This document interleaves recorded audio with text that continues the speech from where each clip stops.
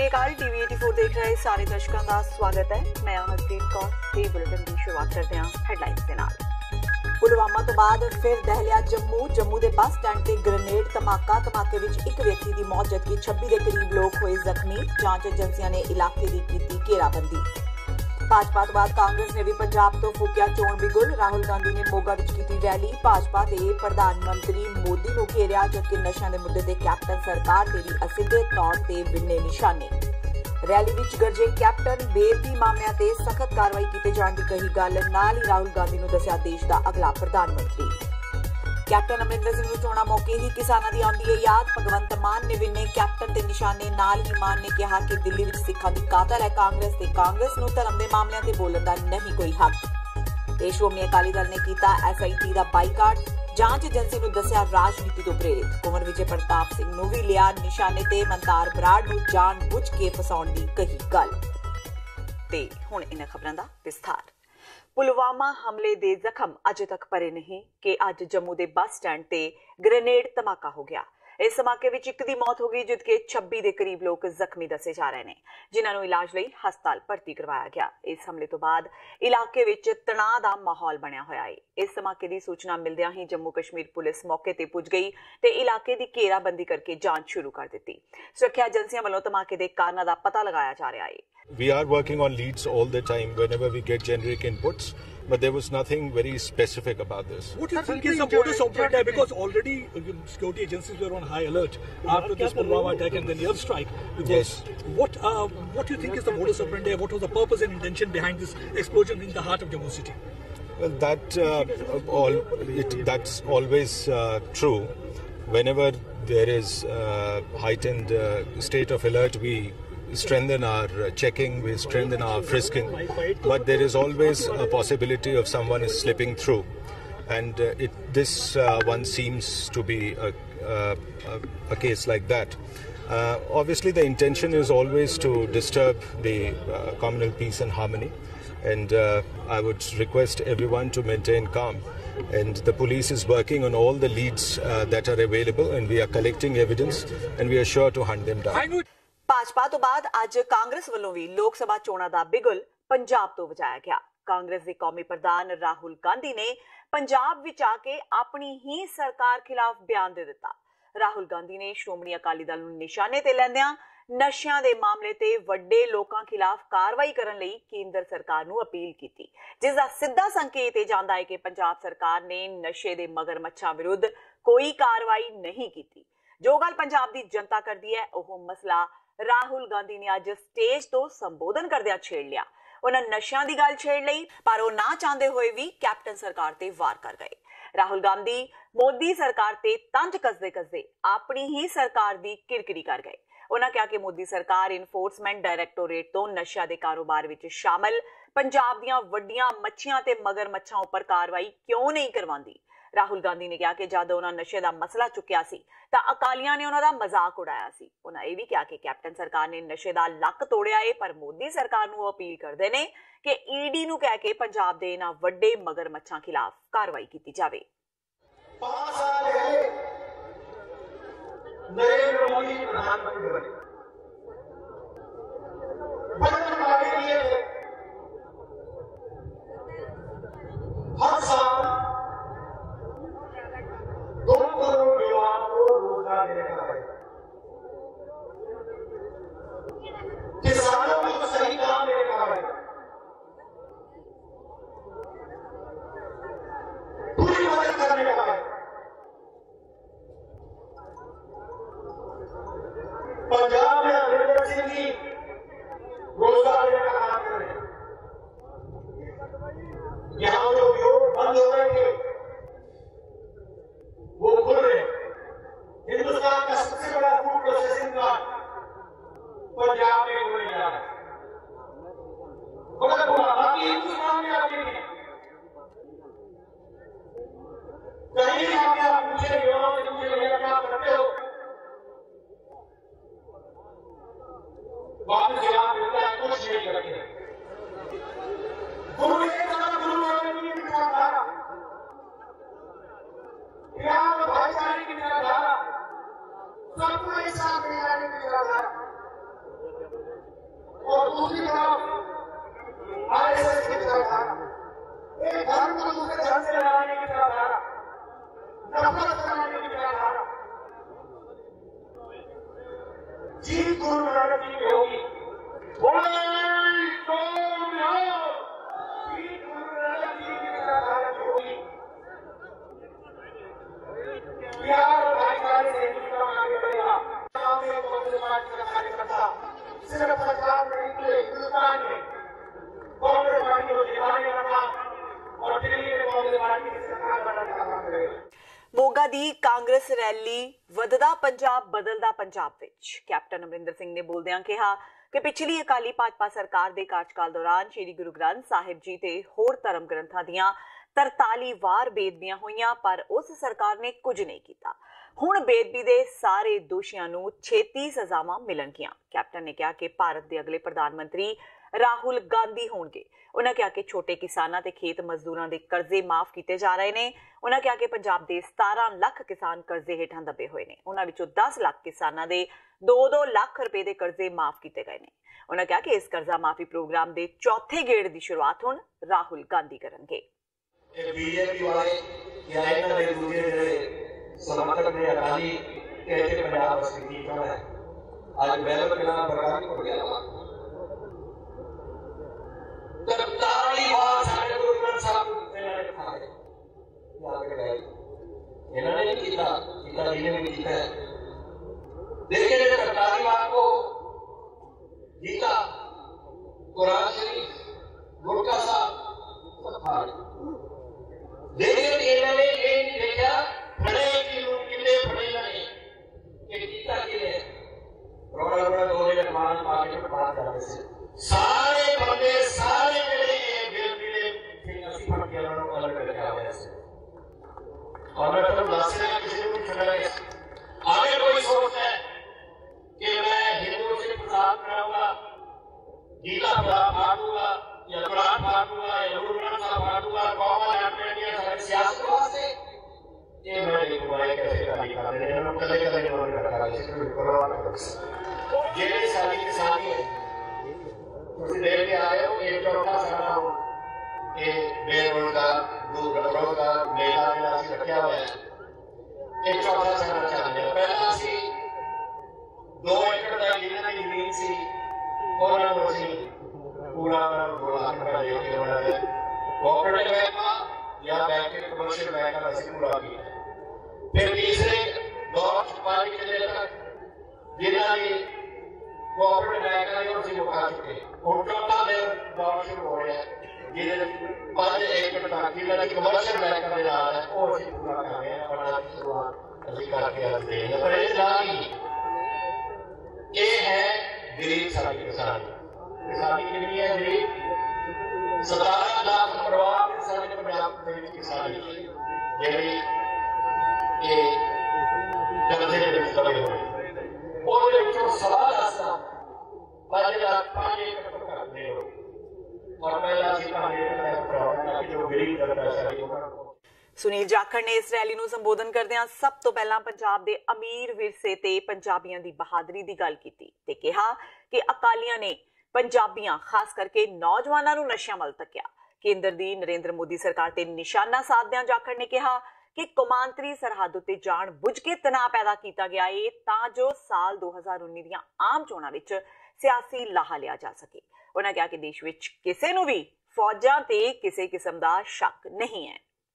ਪੰਜਾਬੀਆਂ ਨੇ ਅੱਜ ਤੋਂ ਨਹੀਂ ਇਤਿਹਾਸ ਫਰੋਲ ਕੇ ਦੇਖ ਲਓ ਜਦੋਂ ਜਦੋਂ ਵੀ ਚਾਹੇ ਬਾਹਰੋਂ ਤੁਰਕ ਆਏ ਮੰਗੋਲ ਆਏ ਅੰਗਰੇਜ਼ ਆਏ ਚਾਹੇ 65 ਦੀ ਲੜਾਈ ਦੇਖ ਲਓ ਚਾਹੇ 71 ਦੀ ਲੜਾਈ ਦੇਖ ਲਓ ਚਾਹੇ ਕਾਰਗਿਲ ਦੇਖ ਲਓ ਚਾਹੇ ਕਿਤੇ ਵੀ ਕੋਈ ਹਮਲਾ ਹੋਇਆ ਪੰਜਾਬ ਤੇ ਪੰਜਾਬੀਆਂ ਨੇ ਅੱਗੇ ਹੋ ਕੇ ਆਪਣੀ ਕੁਰਬਾਨੀ ਦਿੱਤੀ ਹੈ। ਪੰਜਾਬ ਅੱਜ ਵੀ अपना सीना डाह के खड़ा है सरहद पे बैठे हैं असी सरहद से पंजाब नूं सोल्ड आर्म ऑफ इंडिया कहा जाता है खड़क भुजा हिंदुस्तान की पंजाब दिल्ली बैठ के कोई कुछ ही कहता रहे साडे दुश्मनों नूं पता है पंजाब के ਜਦੋਂ ਤਾਈਂ ਸ਼ੂਰਵੀਰ ਇੱਥੇ ਬੈਠੇ ਆ ਉਦੋਂ ਤਾਈਂ ਹਿੰਦੁਸਤਾਨ ਮਜ਼ਬੂਤ ਹੱਥਾਂ ਦੇ ਵਿੱਚ ਸੁਰੱਖਿਅਤ ਹੈ। ਸਾਨੂੰ ਕਿਸੇ ਨੂੰ ਦਿੱਲੀੋਂ ਬੈਠ ਕੇ ਸਾਨੂੰ ਦੱਸਣ ਦੀ ਲੋੜ ਨਹੀਂ। ਆਮ ਆਦਮੀ ਪਾਰਟੀ ਦੀ ਪੰਜਾਬ ਇਕਾਈ ਦੇ ਪ੍ਰਧਾਨ ਤੇ ਲੋਕ ਸਭਾ ਮੈਂਬਰ ਭਗਵੰਤ ਮਾਨ ਨੇ ਕਾਂਗਰਸ ਤੇ ਤਿੱਖਾ ਵਿਅੰਗ ਕੱਸਿਆ ਹੈ। ਵਿਅੰਗ ਕੱਸਿਆਂ ਮਾਨ ਨੇ ਕਿਹਾ ਕਿ ਪੰਜਾਬ ਕਾਂਗਰਸ ਨੂੰ ਧਰਮ ਦੇ ਮੁੱਦੇ ਤੇ ਸਿਆਸਤ ਨਹੀਂ ਕਰਨੀ ਚਾਹੀਦੀ। ਚੰਡੀਗੜ੍ਹ ਵਿਖੇ ਆਮ ਆਦਮੀ ਪਾਰਟੀ ਦੀ ਪੰਜਾਬ ਇਕਾਈ ਦੀ ਕੋਰ ਕਮੇਟੀ ਦੀ ਮੀਟਿੰਗ ਤੋਂ ਬਾਅਦ ਪੱਤਰਕਾਰਾਂ ਨਾਲ ਗੱਲਬਾਤ ਕਰਦਿਆਂ ਭਗਵੰਤ ਮਾਨ ਨੇ ਕਿਹਾ ਕਿ ਦਿੱਲੀ ਵਿੱਚ ਸਿੱਖ ਵਿਰੋਧੀ ਕਤਲੇਆਮ ਕਰਵਾਇਆ ਗਿਆ ਸੀ, ਜਿਸ ਕਾਰਨ ਕਾਂਗਰਸ ਨੂੰ ਧਰਮ ਦੇ ਮਾਮਲਿਆਂ ਤੇ ਬੋਲਣ ਦਾ ਕੋਈ ਹੱਕ ਨਹੀਂ ਹੈ। ਮੋਗਾ ਰੈਲੀ ਵਿੱਚ ਕਾਂਗਰਸ ਵੱਲੋਂ ਬਹਿਬਲ ਕਲਾ ਮਾਮਲੇ ਤੇ ਬਾਦਲਾਂ ਨੂੰ ਅੰਦਰ ਦੇਣ ਦੇ ਪ੍ਰਤੀਕਰਮ ਵਜੋਂ ਬੋਲਦਿਆਂ ਭਗਵੰਤ ਮਾਨ ਨੇ ਕਿਹਾ ਕਿ ਕਾਂਗਰਸ ਧਰਮ ਦੇ ਮਾਮਲਿਆਂ ਵਿੱਚ ਦਖਲ ਨਾ ਦੇਵੇ ਤਾਂ ਹੀ ਚੰਗਾ ਹੈ। ਰੈਲੀ ਨੂੰ ਲੈ ਕੇ ਮੁੱਖ ਮੰਤਰੀ ਕੈਪਟਨ ਅਮਰਿੰਦਰ ਸਿੰਘ ਤੇ ਤੰਜ ਕੱਸਦਿਆਂ ਉਹਨਾਂ ਕਿਹਾ ਕਿ ਚੋਣਾਂ ਤੋਂ ਪਹਿਲਾਂ ਹੀ ਕੈਪਟਨ ਨੂੰ ਕਰਜ਼ ਮਾਫੀ ਨੂੰ ਲੈ ਕੇ ਕਿਸਾਨਾਂ ਦੀ ਯਾਦ ਆਉਂਦੀ ਹੈ। ਰੈਲੀ ਹੋ ਲੈਣ ਤੁਸੀਂ, ਰੈਲੀ ਹਰੇਕ ਨੂੰ ਹੱਕ ਹੈ ਜੀ, ਰੈਲੀਆਂ ਕਰਨਗੇ, ਉਹ ਆਉਣਗੇ ਤੇ ਤਾਂ ਹੁਣ ਬਾਕੀ ਪਬਲਿਕ ਦੱਸੂਗੀ ਕਿ ਉਹ ਕਿਹੜੇ ਪਾਸੇ ਉਹਨਾਂ ਦੀ ਜਿਹੜੀ 2 ਸਾਲ ਦੀ ਵਾਅਦਾ ਖਿਲਾਫੀ ਹੈ ਜਾਂ 2 ਸਾਲ 'ਚ ਉਹਨਾਂ ਨੇ ਕੀ ਕੰਮ ਕੀਤਾ ਹੈ, ਉਹ ਵੀ ਰਾਹੁਲ ਗਾਂਧੀ ਸ਼ਾਇਦ ਅੱਜ ਗਿਣਾ ਕੇ ਜਾਣਗੇ। ਤੇ ਕਰਜ਼ ਮਾਫੀ ਦਾ ਚੌਥਾ ਚਰਨ ਜਿਹੜਾ ਉੱਥੇ ਅੱਜ ਕੀਤਾ ਜਾ ਰਿਹਾ, ਬਸ ਉਹੀ ਹੈ ਨਾ, ਇਹ ਸਿਰਫ ਵੋਟਾਂ ਤੋਂ ਪਹਿਲਾਂ ਹੀ ਚਰਨ ਜਿਹੜੇ ਨੇ ਜਿਹੜੇ ਹੁਣ ਤੱਕ ਚਰਨ ਹੋਏ ਨੇ ਕਰਜ਼ ਮਾਫੀ ਦੇ, ਉਹ ਹਮੇਸ਼ਾ ਇਲੈਕਸ਼ਨ ਤੋਂ ਪਹਿਲਾਂ ਹੀ ਹੋਏ ਨੇ। ਤੇ ਕਾਂਗਰਸ ਦਾ ਸਭ ਤੋਂ ਵੱਡੀ ਉਪਲਬਧੀ ਮੰਨਦੀ ਹੈ ਕਿ ਪੰਜਾਬ 'ਚ ਕਰਜ਼ਾ ਮਾਫੀ ਦਾ ਤੇ ਇਹੀ ਹੰਕਾਰ ਭਰਨ ਆਏ ਨੇ ਰਾਹੁਲ ਗਾਂਧੀ। ਜਿਨ੍ਹਾਂ ਦੇ ਕਰਜ਼ੇ ਮਾਫ ਹੋਏ ਨੇ ਉਹ ਵੀ ਦੱਸ ਦੇਣਗੇ, ਜਿਨ੍ਹਾਂ ਦੇ ਨਹੀਂ ਹੋਏ ਉਹ ਵੀ ਦੱਸ ਦੇਣਗੇ ਜਦੋਂ ਮਸ਼ੀਨਾਂ ਖੁੱਲਣਗੀਆਂ। ਕਾਂਗਰਸ ਪ੍ਰਧਾਨ ਰਾਹੁਲ ਗਾਂਧੀ ਦੀ ਅੱਜ ਮੋਗਾ ਵਿੱਚ ਰੈਲੀ ਨੂੰ ਲੈ ਕੇ ਸ਼ਵੇਤ ਮਲਿਕ ਵੱਲੋਂ ਅੰਮ੍ਰਿਤਸਰ ਵਿੱਚ ਪ੍ਰੈਸ ਕਾਨਫਰੰਸ ਕਰਕੇ ਵਾਰ ਕੀਤਾ ਗਿਆ। ਮਲਿਕ ਨੇ ਕਿਹਾ ਕਿ ਪੰਜਾਬ ਸਰਕਾਰ ਖਾਲੀ ਖਜ਼ਾਨਿਆਂ ਦੀ ਬੀਨ ਵਜਾਉਂਦੀ ਹੈ ਤੇ ਦੂਜੇ ਪਾਸੇ ਰਾਹੁਲ ਗਾਂਧੀ ਦੀ ਰੈਲੀ ਲਈ 2 ਕਰੋੜ ਦੀ ਵਰਤੋਂ ਸਰਕਾਰੀ ਖਜ਼ਾਨਿਆਂ ਵਿੱਚੋਂ ਕੀਤੀ ਗਈ ਹੈ। ਰਾਹੁਲ ਗਾਂਧੀ ਸਰਕਾਰੀ ਪੈਸੇ ਦਾ ਦੁਰਉਪਯੋਗ, ਵਿਕਾਸ ਕਰਨ ਲਈ ਅਮਰਿੰਦਰ ਸਿੰਘ ਜੀ ਕੋਲ ਪੈਸੇ ਨਹੀਂ ਹੈ, ਬੁਢਾਪਾ ਪੈਨਸ਼ਨ ਦੇਣ ਲਈ ਪੈਸੇ ਨਹੀਂ, ਵਿਧਵਾ ਪੈਨਸ਼ਨ ਦੇਣ ਲਈ ਪੈਸੇ ਨਹੀਂ, ਸਮਾਜ ਭਲਾਈ ਦੀਆਂ ਸਾਰੀਆਂ ਸਕੀਮਾਂ ਬੰਦ ਕਰਤੀਆਂ। ਪੈਸੇ ਹੈਗੇ ਨੇ ਲੋਕਾਂ ਦੀ ਟੈਕਸਾਂ ਦੀ ਕਮਾਈ ਨੇ। 2 ਕਰੋੜ ਰੁਪਏ ਦੇ ਨਾਲ ਅੱਜ ਅਖਬਾਰਾਂ 'ਚ ਛਪਿਆ ਕਿ ਰੈਲੀ ਕੀਤੀ ਜਾ ਰਹੀ ਸਰਕਾਰੀ, ਔਰ ਉਸ ਰੈਲੀ ਪੋਲੀਟੀਕਲ ਬਣਾਉਣ ਲਈ ਰਾਹੁਲ ਗਾਂਧੀ ਉੱਤੇ ਬੁਲਾ ਲਿਆ। ਸਰਕਾਰੀ ਪੈਸੇ ਦਾ ਦੁਰਉਪਯੋਗ ਕਰਕੇ ਰਾਹੁਲ ਗਾਂਧੀ ਆ ਰਿਹਾ। ਅੱਜ ਰਾਹੁਲ ਗਾਂਧੀ ਤੋਂ ਪ੍ਰਸ਼ਨ ਕਰੋ ਕਿ ਜਿਸ ਪੰਜਾਬ ਦੇ ਬਾਰਡਰ ਏਰੀਆ ਤੇ ਹਜ਼ਾਰਾਂ ਨਿਰਦੋਸ਼ ਫੌਜੀ ਮਾਰੇ ਗਏ, ਜਿੱਥੇ ਕਿ ਹਜ਼ਾਰਾਂ ਨਿਰਦੋਸ਼ ਨਾਗਰਿਕ ਹੈ, ਸਾਰਾ ਬਾਰਡਰ ਜਿਹੜਾ JNK ਤੱਕ ਮਾਰਿਆ ਗਿਆ, ਕਿਸ ਮੂੰਹ ਨਾਲ ਰਾਹੁਲ ਗਾਂਧੀ ਆ ਰਿਹਾ? ਇਮਰਾਨ ਖਾਨ ਦੀ ਤਾਰੀਫ ਕਰਨ ਆ ਰਿਹਾ ਕਿ ਸਿੱਧੂ ਆ ਰਿਹਾ ਨਾਲ ਪਾਕਿਸਤਾਨ ਦੇ ਉਹ ਕਾਤਲ ਜਰਨੈਲ ਨਾਲ ਜੱਫੀ ਜਿਹਨੇ ਪਾਈ ਹੈ, ਔਰ ਉਹ ਪਾਕਿਸਤਾਨ ਜਿਹੜਾ ਆਕੂਪਾਈਡ ਕਸ਼ਮੀਰ ਜਿਹੜਾ ਆਤੰਕਵਾਦੀਆਂ ਦੀ ਨਰਸਰੀ ਹੈ ਉਹਦੇ ਰਾਸ਼ਟਰਪਤੀ ਨਾਲ ਗੱਪਾਂ ਮਾਰੀਆਂ। ਇਹ ਉਹ ਸਿੱਧੂ ਜਿਹੜਾ ਰੈਲੀ ਕਰਨ ਕਿਸ ਮੂੰਹ ਦੇ ਨਾਲ ਰੈਲੀ ਕਰਨ ਆ ਰਹੇ ਨੇ ਰਾਹੁਲ ਗਾਂਧੀ ਦੇ ਨਵਜੋਤ ਸਿੰਘ ਸਿੱਧੂ? ਪੰਜਾਬ ਦੇ ਜ਼ਖਮਾਂ ਦੇ ਉੱਤੇ ਨਮਕ ਛਿੜਕਣ ਆਇਆ। ਤੇ ਹੁਣ ਵੇਲਾ ਹੋ ਗਿਆ ਬ੍ਰੇਕ ਦਾ। ਬਾਕੀ ਦੀਆਂ ਖਬਰਾਂ ਇਸ ਬ੍ਰੇਕ ਤੋਂ ਬਾਅਦ।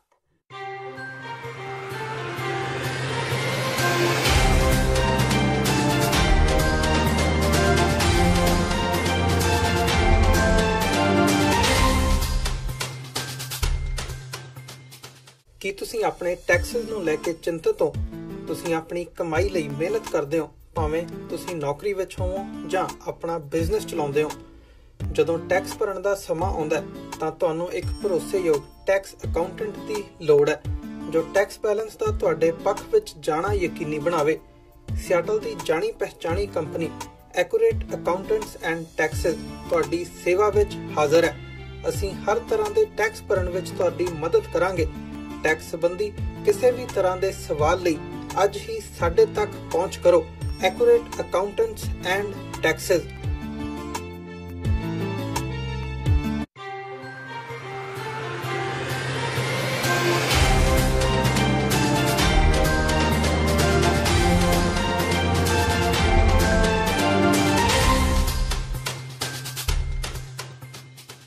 ਬ੍ਰੇਕ ਤੋਂ ਬਾਅਦ TV 84 ਦੇ ਖਬਰਾਂ ਦੇ ਬੁਲੇਟਿਨ ਵਿੱਚ ਸਵਾਗਤ ਹੈ। ਵਾਦਿਆਂ ਅਗਲੀ ਖਬਰ ਵੱਲ। ਸੁਖਪਾਲ ਖਹਿਰਾ ਵੱਲੋਂ ਬਣਾਈ ਗਈ ਪੰਜਾਬ ਏਕਤਾ ਪਾਰਟੀ ਕਾਫੀ ਚਰਚਾ ਵਿੱਚ ਹੈ। ਭਾਰਤੀ ਚੋਣ ਕਮਿਸ਼ਨਰ ਵੱਲੋਂ ਇੱਕ ਪਬਲਿਕ ਨੋਟਿਸ ਕੱਢਿਆ ਗਿਆ ਸੀ, ਜਿਸ ਵਿੱਚ ਸੁਖਪਾਲ ਖਹਿਰਾ ਨੂੰ ਨਹੀਂ ਸਗੋਂ ਫਰੀਦਕੋਟ ਦੇ ਸਨਕਦੀਪ ਨੂੰ ਪਾਰਟੀ ਪ੍ਰਧਾਨ ਦਿਖਾਇਆ ਗਿਆ ਹੈ। ਇਸ ਸੰਬੰਧੀ ਸਨਕਦੀਪ ਨਾਲ ਜਦੋਂ ਗੱਲਬਾਤ ਕੀਤੀ ਗਈ ਤਾਂ ਉਹਨਾਂ ਦੱਸਿਆ ਕਿ ਉਹ ਸੁਖਪਾਲ ਖਹਿਰਾ ਦੇ ਰਾਜਨੀਤਿਕ ਸਕੱਤਰ ਨੇ। ਉਹਨਾਂ ਕਿਹਾ ਕਿ ਉਹ ਸਿਰਫ ਕਾਗਜ਼ੀ ਪ੍ਰਧਾਨ ਨੇ, ਜਦਕਿ ਅਸਲ ਪ੍ਰਧਾਨ ਤਾਂ ਸੁਖਪਾਲ ਖਹਿਰਾ ਹੀ ਨੇ। ਸਨਕ ਨੇ ਬੀਰ ਦਵਿੰਦਰ ਵੱਲੋਂ ਖਹਿਰਾ ਦੇ ਪ੍ਰਧਾਨ ਨਾ ਬਣਨ ਤੇ ਚੁੱਕੇ ਗਏ ਸਵਾਲ ਦਾ ਜਵਾਬ ਦਿੰਦਿਆਂ ਕਿਹਾ ਕਿ ਬੀਰ ਦਵਿੰਦਰ ਨੂੰ ਆਪਣੇ ਆਪ ਨੂੰ ਪੰਥਕ ਕਹਾਉਣ ਦਾ ਚਾਅ ਜਾਗਿਆ ਹੈ। ਉਹਨਾਂ ਕਿਹਾ ਕਿ ਪ੍ਰਧਾਨਗੀ ਕੱਲ ਵੀ ਖਹਿਰਾ ਦੀ, ਅੱਜ ਵੀ ਖਹਿਰਾ ਦੀ ਤੇ ਕੱਲ ਵੀ ਖਹਿਰਾ ਦੀ ਹੀ ਰਹੇਗੀ। ਇਸ ਦੌਰਾਨ ਉਹਨਾਂ ਲੋਕ ਸਭਾ ਚੋਣਾਂ ਸੰਬੰਧੀ ਗੱਲਬਾਤ ਕਰਦਿਆਂ ਕਿਹਾ ਕਿ ਫਰੀਦਕੋਟ ਸੀਟ ਤੋਂ ਮਾਸਟਰ ਬਲਦੇਵ ਸਿੰਘ ਜੈਤ ਤੋਂ ਉਮੀਦਵਾਰ ਹੋ ਸਕਦੇ ਨੇ। ਮਸਲਾ ਇਹ ਹੈ ਕਿ ਜੀ ਮੈਂ ਸਰਦਾਰ ਸੁਖਪਾਲ ਸਿੰਘ ਜੀ ਖਹਿਰਾ ਹੋਰਾਂ ਦਾ ਪੋਲੀਟੀਕਲ ਸੈਕਟਰੀ ਹਾਂ ਤੇ ਸਰਦਾਰ ਸੁਖਪਾਲ ਸਿੰਘ ਜੀ ਖਹਿਰਾ ਹੋਰਾਂ ਨੂੰ ਬੜੇ ਕੰਮ ਰਹਿੰਦੇ ਹੈਗੇ, ਪੰਜਾਬ ਦੇ ਬੜੇ ਮੁੱਦੇ ਚੱਕਣੇ ਹੁੰਦੇ ਹੈਗੇ ਆ ਤੇ ਜਿਹੜਾ ਪਾਰਟੀ ਰਜਿਸਟ੍ਰੇਸ਼ਨ ਕਰਾਉਣ ਦਾ ਪ੍ਰੋਸੈਸ ਹੁੰਦਾ ਉਹਦੇ ਵਿੱਚ ਪ੍ਰਧਾਨ ਨੂੰ ਬਹੁਤ ਵਾਰੀ ਜਾਂ ਆਫਿਸ ਬੇਅਰਰਸ ਜਿਹੜੇ ਹੁੰਦੇ ਆ ਉਹਨਾਂ ਨੂੰ ਬਹੁਤ ਵਾਰੀ ਦਿੱਲੀ ਜਾਣਾ ਪੈਂਦਾ ਤੇ ਇੰਨੇ ਜ਼ਿਆਦਾ ਰਜੇਵੇਂ ਹੋਣ ਦੇ ਕਾਰਨ ਸਰਦਾਰ ਸੁਖਪਾਲ ਸਿੰਘ ਖਹਿਰਾ ਹੋਰਾਂ ਦਾ ਇੰਨੇ ਵਾਰੀ ਦਿੱਲੀ ਜਾਣਾ ਪੋਸੀਬਲ ਨਹੀਂ ਸੀਗਾ। ਤਾਂ ਉਹਨਾਂ ਨੇ ਜਦੋਂ ਪਾਰਟੀ ਅਸੀਂ ਰਜਿਸਟਰ ਕਰਾਉਣ ਦਾ ਪ੍ਰੋਸੈਸ ਸ਼ੁਰੂ ਕਰਨਾ ਸੀ ਤਾਂ ਖਹਿਰਾ ਸਾਹਿਬ ਨਾਲ ਡਿਸਕਸ਼ਨ ਹੋਈ। ਉਹਨਾਂ ਨੇ ਮੈਨੂੰ ਕਿਹਾ ਕਿ ਸਨਕਦੀਪ ਤੂੰ ਆਪਦੇ ਨਾਂ ਤੇ ਰਜਿਸਟ੍ਰੇਸ਼ਨ ਦਾ ਜਿਹੜਾ ਪ੍ਰੋਸੈਸ ਹੈ ਉਹ ਸ਼ੁਰੂ ਕਰਵਾ ਦੇ ਕੌਨਸਟੀਟਿਊਸ਼ਨਲ ਰੂਪ ਤੇ। ਚਲੋ ਜੋ ਇਲੈਕਸ਼ਨ ਕਮਿਸ਼ਨ ਦੇ ਸਾਹਮਣੇ ਹੈ ਰਜਿਸਟ੍ਰੇਸ਼ਨ ਤਿੱਕਰ ਜਦੋਂ ਤੱਕ ਰਜਿਸਟ੍ਰੇਸ਼ਨ ਨਹੀਂ ਹੁੰਦੀ ਉਦੋਂ ਤੱਕ ਦਾ ਕਾਗਜ਼ੀ ਪ੍ਰਧਾਨ ਮੈਨੂੰ ਬਣਾਇਆ ਗਿਆ। ਪਰ ਉਦੋਂ ਬਾਅਦ ਜਿਵੇਂ ਅਸੀਂ ਖਹਿਰਾ ਸਾਹਿਬ ਨੂੰ ਪਹਿਲਾਂ ਐਡਹੌਕ ਪ੍ਰਧਾਨ ਲਾਇਆ, ਉਦੋਂ ਬਾਅਦ ਅਸੀਂ ਇਜਲਾਸ ਬੁਲਾਵਾਂਗੇ, ਸਾਰੇ ਵਲੰਟੀਅਰਸ ਮੀਟ ਕਰਾਂਗੇ ਤੇ ਖਹਿਰਾ ਸਾਹਿਬ ਨੂੰ ਪੱਕਾ ਪ੍ਰਧਾਨ ਨਿਯੁਕਤ ਕਰ ਦਿੱਤਾ ਜਾਊਗਾ। ਖਹਿਰਾ ਸਾਹਿਬ ਕਰਕੇ ਹੀ ਹੈ ਜੀ ਪਾਰਟੀ, ਅਸੀਂ ਕੌਣ ਹੁੰਦੇ ਆ, ਸਾਨੂੰ ਵੀ ਖਹਿਰਾ ਸਾਹਿਬ ਕਰਕੇ ਲੋਕੀ ਜਾਣਦੇ ਆ। ਖਹਿਰਾ ਆਹ ਪਾਰਟੀ ਕੱਲ ਵੀ ਖਹਿਰਾ ਸਾਹਿਬ ਦੀ ਸੀ, ਅੱਜ ਵੀ ਖਹਿਰਾ ਸਾਹਿਬ ਦੀ ਹੈ ਤੇ ਕੱਲ ਨੂੰ ਵੀ ਖਹਿਰਾ ਸਾਹਿਬ ਦੀ ਰਹਿਣੀ ਹੈ। ਓਵਰਆਲ ਸਾਡੇ ਪੈਟਰਨ, ਸਾਡੇ ਫਾਊਂਡਰ, ਸਾਡੇ ਸਭ ਕੁਝ ਸੁਖਪਾਲ ਸਿੰਘ ਖਹਿਰਾ ਹੋਰੀ ਨੇ। ਆਹ ਤਾਂ ਸਿਰਫ ਰਜਿਸਟ੍ਰੇਸ਼ਨ ਕਰਾਉਣ ਵਾਸਤੇ, ਤਾਂ ਕਿ ਕਿਉਂਕਿ ਮੈਂ ਪੋਲੀਟੀਕਲ ਸੈਕਟਰੀ, ਉਹਨਾਂ ਦੇ ਲੀਗਲ ਮੈਟਰਸ ਜਾਂ ਦੂਜੇ ਮੈਟਰ ਸਾਰੇ ਮੈਂ ਵੇਖਣੇ ਹੁੰਦੇ ਆ। ਉਹਨਾਂ ਨੂੰ ਇੰਨਾ ਵਕਤ ਨਹੀਂ ਸੀ ਹੁੰਦਾ ਕਿ ਦਿੱਲੀ ਜਾ ਕੇ ਹਰੇਕ ਵਾਰੀ ਵਕੀਲ ਮੂਹਰੇ ਜਾ ਕੇ ਐਫੀਡੇਵਿਟ ਸਾਈਨ ਕਰਕੇ ਆਉਣ ਜਾਂ ਕਾਗਜ਼ ਪੱਤਰ ਸਾਈਨ ਕਰਕੇ ਆਉਣ। ਤਾਂ ਕਰਕੇ ਕਾਗਜ਼ੀ ਕਾਰਵਾਈ ਕਰਨ ਕਰਕੇ ਮੈਨੂੰ ਪ੍ਰਧਾਨ ਨਿਯੁਕਤ ਕੀਤਾ ਸੀ। ਖਹਿਰਾ ਸਾਹਿਬ ਨੇ ਕਿਹਾ ਸੀਗਾ ਵਿਸ਼ਵਾਸ ਵਾਲੇ ਬੰਦੇ ਨੂੰ ਕਰਨਾ, ਮੈਨੂੰ ਕਹਿੰਦੇ ਸਨ ਤੂੰ ਜਾ ਕੇ ਦੇ ਕੇ ਐਪਲੀਕੇਸ਼ਨ। ਮੈਂ ਕਿਹਾ ਠੀਕ ਹੈ ਜੀ ਦਿੰਦੇ ਹਾਂ। ਜਿੱਦਣ ਹੀ ਪਾਰਟੀ ਰਜਿਸਟ੍ਰੇਸ਼ਨ ਹੋ ਜੂਗੀ, ਚੋਣ ਨਿਸ਼ਾਨ ਮਿਲ ਜੂਗਾ, ਅਸੀਂ ਵਲੰਟੀਅਰਸ ਦਾ, ਆਫਿਸ ਬੇਅਰਰਸ ਦਾ ਇਜਲਾਸ ਸੱਦਾਂਗੇ ਸਾਰਿਆਂ ਨੂੰ ਤੇ ਖਹਿਰਾ ਸਾਹਿਬ ਨੂੰ ਜਿਹੜਾ ਅਸੀਂ ਐਡਹੌਕ ਪ੍ਰਧਾਨ ਲਾਇਆ ਹੈਗਾ ਉਹਨਾਂ ਨੂੰ ਪੱਕਾ ਪ੍ਰਧਾਨ ਨਿਯੁਕਤ ਕਰ ਦਾਂਗੇ। ਅਸੀਂ ਤਾਂ ਪਹਿਲਾਂ ਵੀ ਕਈ ਵਾਰ ਸਰਕਾਰ ਤੋਂ ਸਿੱਖ ਇਤਿਹਾਸ ਨਾਲ ਸੰਬੰਧਿਤ ਦਸਤਾਵੇਜ਼ਾਂ ਦੀ ਮੰਗ ਕਰ ਚੁੱਕੇ ਹਾਂ। ਇਹ ਕਹਿਣਾ ਹੈ ਸ਼੍ਰੋਮਣੀ ਕਮੇਟੀ ਪ੍ਰਧਾਨ ਭਾਈ ਗੋਬਿੰਦ ਸਿੰਘ ਲੌਂਗੋਵਾਲ ਦਾ, ਜੋ ਪਟਿਆਲਾ ਵਿਖੇ ਸ਼੍ਰੀ ਗੁਰੂ ਤੇਗ ਬਹਾਦਰ ਖਾਲਸਾ ਕਾਲਜ ਵਿਖੇ ਪਹੁੰਚੇ ਹੋਏ ਸਨ। ਆਪਰੇਸ਼ਨ ਬਲੂ ਸਟਾਰ ਸਮੇਂ ਸਿੱਖ ਇਤਿਹਾਸ ਨਾਲ ਸੰਬੰਧਿਤ ਜੋ ਦਸਤਾਵੇਜ਼ ਫੌਜ ਆਪਣੇ ਨਾਲ ਲੈ ਗਈ ਸੀ, ਉਸ ਬਾਰੇ ਗੱਲ ਕਰਦਿਆਂ ਭਾਈ ਲੌਂਗੋਵਾਲ ਨੇ ਕਿਹਾ ਕਿ ਸ਼੍ਰੋਮਣੀ ਕਮੇਟੀ ਸਮੇਂ-ਸਮੇਂ ਤੇ ਇਸ ਸੰਬੰਧੀ ਮੰਗ ਚੁੱਕਦੀ ਰਹੀ ਹੈ। ਅਸੀਂ ਤਾਂ ਪਹਿਲਾਂ ਤੋਂ ਹੀ ਮੰਗ ਕਰਦੇ ਹਾਂ। ਪਿਛਲੇ ਸਮੇਂ ਦੇ ਵਿੱਚ ਸਾਡੇ ਹੋਮ ਸੈਕਟਰੀ ਸੀ ਰਾਜਨਾਥ ਸਿੰਘ ਆਏ ਸੀ ਦਰਬਾਰ ਸਾਹਿਬ ਦਰਸ਼ਨ ਕਰਨ ਵਾਸਤੇ। ਉਸ ਸਮੇਂ ਮੈਂ ਆਪ ਵੀ ਉਹਨੂੰ ਲਿਖਤੀ ਦਿੱਤਾ ਸੀ ਕਿ ਜਿਹੜੀਆਂ ਕਿ ਸਾਡੀਆਂ ਵਸਤੂਆਂ ਨੇ ਔਰ ਜਿਹੜੀਆਂ ਉਸ ਵੇਲੇ ਮਿਲਟਰੀ ਜਦੋਂ ਇਹ ਹੋਇਆ ਐਕਸ਼ਨ ਹੋਇਆਗਾ ਤੇ ਬਲੂ ਸਟਾਰ ਹੋਇਆ, ਉੱਥੋਂ ਸਾਡੇ ਜਿਹੜੀਆਂ ਸਿੱਖ ਰੈਫਰੈਂਸ ਲਾਇਬ੍ਰੇਰੀ ਦੇ ਵਿੱਚ ਬਹੁਤ ਸਾਰਾ ਸਾਡਾ ਕੀਮਤੀ ਖਜ਼ਾਨਾ ਸੀ ਗੁਰੂ ਸਾਹਿਬਾਨ ਦਾ, ਉਹ ਉਸ ਸਮੇਂ ਮਿਲਟਰੀ ਲੈ ਗਈ ਸੀ।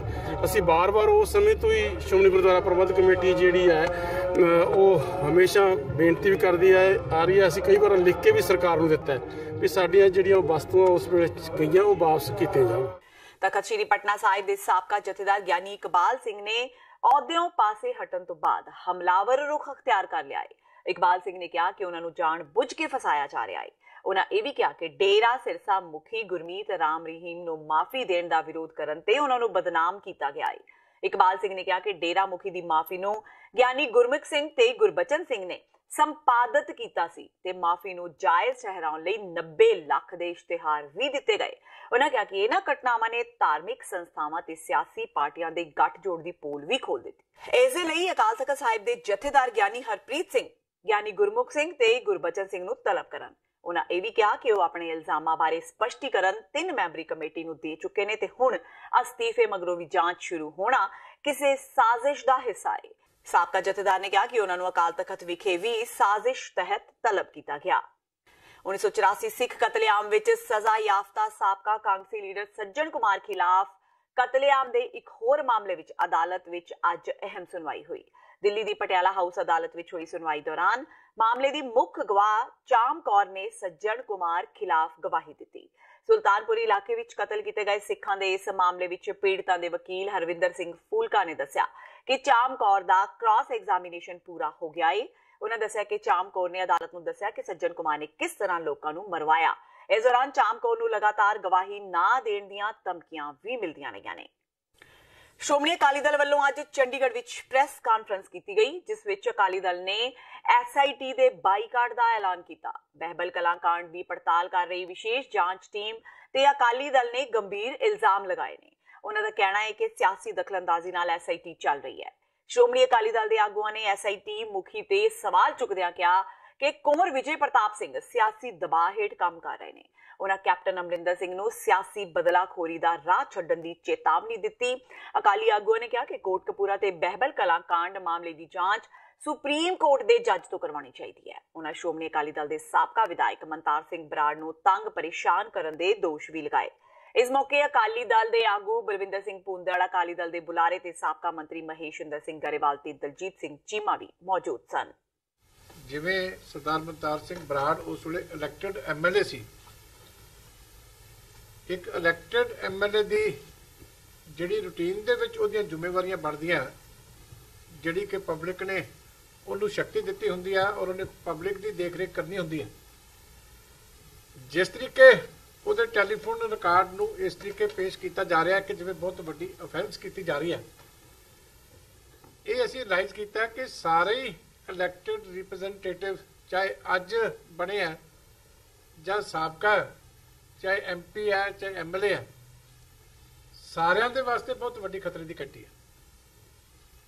ਕਿਉਂਕਿ ਇਸ ਤਰੀਕੇ ਕੋਈ ਵੀ ਇੰਡੀਪੈਂਡੈਂਟ ਇਲੈਕਟਡ ਬੰਦਾ ਜਿਹੜਾ ਕਿਸੇ ਵੀ ਐਮਰਜੈਂਸੀ ਸਥਿਤੀ ਦੇ ਵਿੱਚ ਕੰਮ ਨਹੀਂ ਕਰ ਸਕਦਾ, ਜੇ ਅਸੀਂ ਉਹਦੇ ਕੰਮ ਨੂੰ 3 ਸਾਲ ਬਾਅਦ ਇਸ ਤਰੀਕੇ ਕਹਿ ਕੇ ਕਿ ਇਹਦੇ ਟੈਲੀਫੋਨ ਤੋਂ 100-150 ਕਾਲ ਹੋਈ ਹੈ, ਇਹਨੇ ਸ਼ਾਇਦ ਕੋਈ ਜਿਵੇਂ ਬੜੀ ਵੱਡੀ ਦਹਿਸ਼ਤਗਰਦੀ ਦੀ ਵਾਰਦਾਤ ਕੀਤੀ ਹੈ।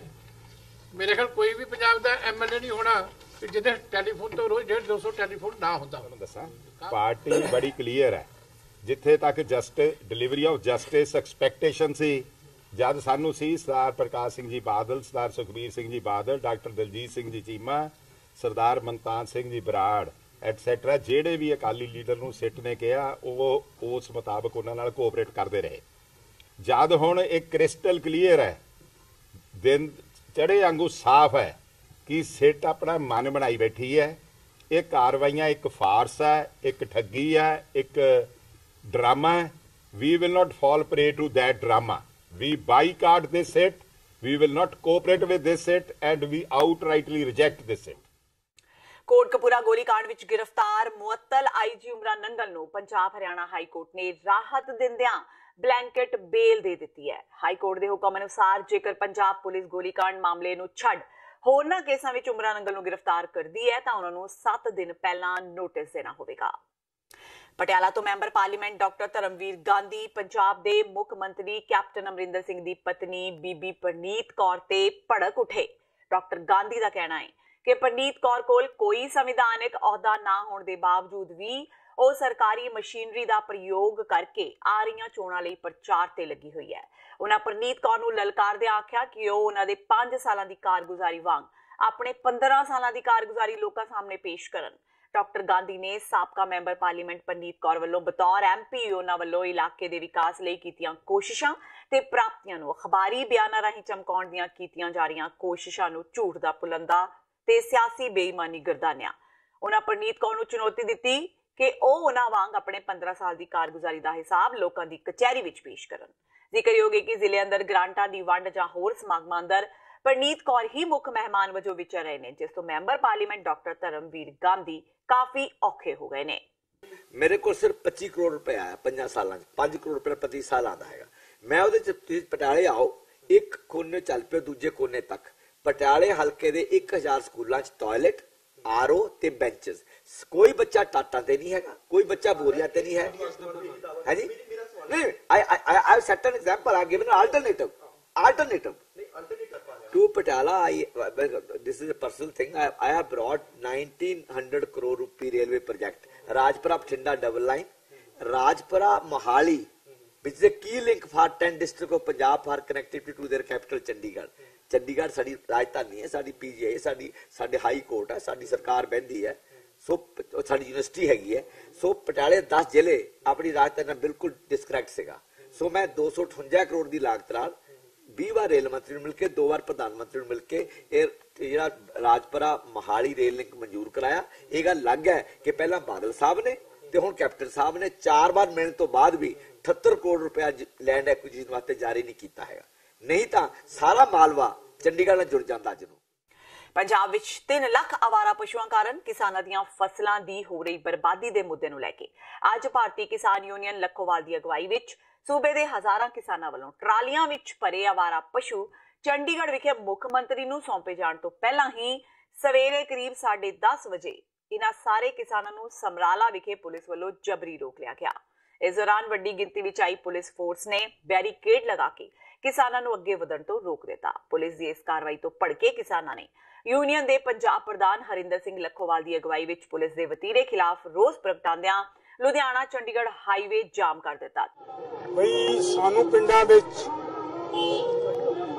अवारा डंगरां ने अवारा कुत्तियां ने साडा जिउणा नब्बर कीता होया।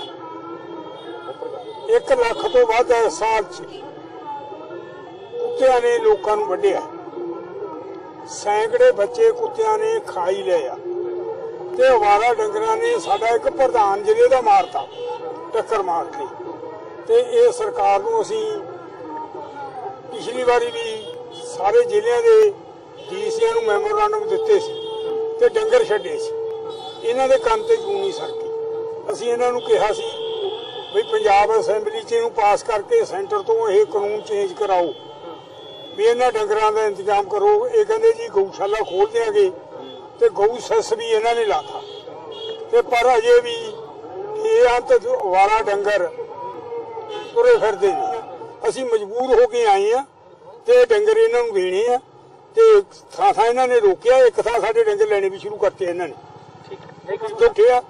ये डंगर भी असी इन्होंने सवालने हैं ये आपके टक लै आउण गऊशाला लै जाण जिथे मर्जी लै जाण। असी नहीं चाहते मोहाली के लोग इस गल ते तंग होण क्योंकि तुसीं मोहाली वाले हो तुसीं तां सवाल करना ही है पर असीं चाहुंदे हां बई कोई नहीं एक अद्धा पर खा लैण दिओ आपे तैयार कर देणगे। ते इस हुण तक दीयां खबरां जांदे जांदे एक बार फिर नज़र मारदे हां मुੱਖ खबरां ते।